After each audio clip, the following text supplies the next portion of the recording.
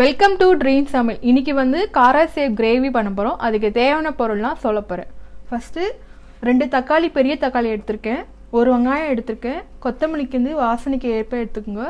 அப்புறம் இஞ்சி பூண்டு வந்து நான் தட்டி வச்சுருக்கேன் சிறிதளவு, 1 பச்சை மிளகாய் வந்து கீறி வச்சுருக்கேன். அதுக்கப்புறம் காராசேவ் வந்து நான் ஏற்கனவே எண்ணெயில் இல்லாமல் டேரெக்டாக எப்படி அந்த கிரேவிலே வந்து காராசேவ் பண்ண போகிறேன்னு பார்க்க போகிறோம். ஃபஸ்ட்டு அதுக்கு கடல மாவு 1 கப் எடுத்திருக்கேன். அப்புறம் மஞ்சள் பொடி 1/4 டீஸ்பூன், காரப்பொடி வந்து 1 டீஸ்பூன், உப்பு வந்து தேவையான அளவு, தாளிக்கிறதுக்கு வந்து கடுகு, சீரகம். ஃபஸ்ட்டு இந்த கடல மாவு 1 கப் வச்சுருக்கேன், அதை ஃபஸ்ட்டு மிக்ஸ் பண்ணி வச்சுக்கலாம். இது வந்து கொஞ்சோண்டு 1/4 டீஸ்பூன் மஞ்சள் பொடி போடுறேன். அப்புறமா 1 டீஸ்பூன் அளவுக்கு காரம் எவ்வளோ வேணுமோ அதுக்கு தகுந்த மாதிரி போட்டுக்கோங்க. இப்போ நான் 1/2 டீஸ்பூன் போடுறேன், இது வெறும் மிளகாத்தூள்னால. அப்புறம் உப்பு வந்து ஒரு 1/2 டீஸ்பூன் அளவுக்கு போட்டுக்கோங்க. இப்போ நல்லா போட்டு இது தண்ணியில் கொஞ்சம் தண்ணியாகவே கரைச்சிக்கோங்க, அப்போ தான் வந்து அதில் வந்து எடுத்துக்க கரெக்டாக இருக்கும்.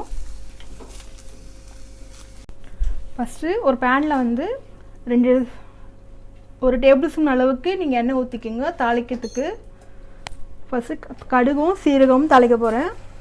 ஒரு 1/2 டீஸ்பூன் வந்து கடுகு சீரகம், எண்ணெய் காஞ்ச உடனே கடுகு சீரகம் நல்லா பொரியணும். நல்லா பொரிஞ்ச வேண்டி இஞ்சி பூண்டு தட்டி வச்சுருக்க இஞ்சி பூண்டு வந்து அதில் போட்டு நல்லா கிண்ட போகிறோம். பொரியட்டும், கொஞ்சம் வெயிட் பண்ணலாம். கடுகு சீரகம் நல்லா பொரிஞ்ச வேணே இஞ்சி பூண்டு வந்து நல்லா தட்டி வச்சுருக்கேன், அதுவும் நல்லா போட்டு நல்லா ஃப்ரை பண்ணணும். இந்த எண்ணெயிலே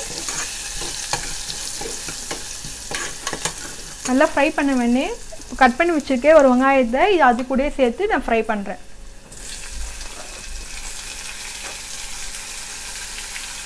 இது நல்லா ஃப்ரை ஆகணும், கொஞ்சம் பொன்னிறமாக இருக்கும், ஃப்ரை பண்ணோம், கொஞ்சம் வெயிட் பண்ணலாம். அப்புறம் வெங்காயம் நல்லா வதங்கின உடனே கட் பண்ணி வச்சுருக்கேன் நீல வாக்கில் 1 பச்சை மிளகா, அப்புறம் கட் பண்ணி வச்சுருக்கேன் 1 தக்காளி.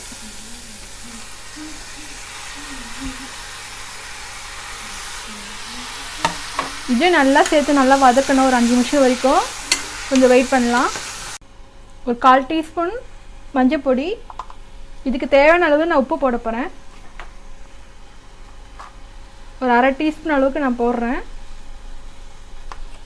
வேணும்னா அப்புறம் போட்டுக்கலாம், ஏன்னா ஏற்கனவே கடல மாவுலேயும் நம்ம உப்பு போட்டிருக்கோம் அந்த இதுக்கு, அதனால் இது பார்த்துன்னு போடுங்க. இப்போ காரத்துக்கு வந்து தேவையான அளவுக்கு நான் போடுறேன், ஏன்னா ஏற்கனவே ஒரு பச்சை மிளகாய் போட்டிருக்கேன்.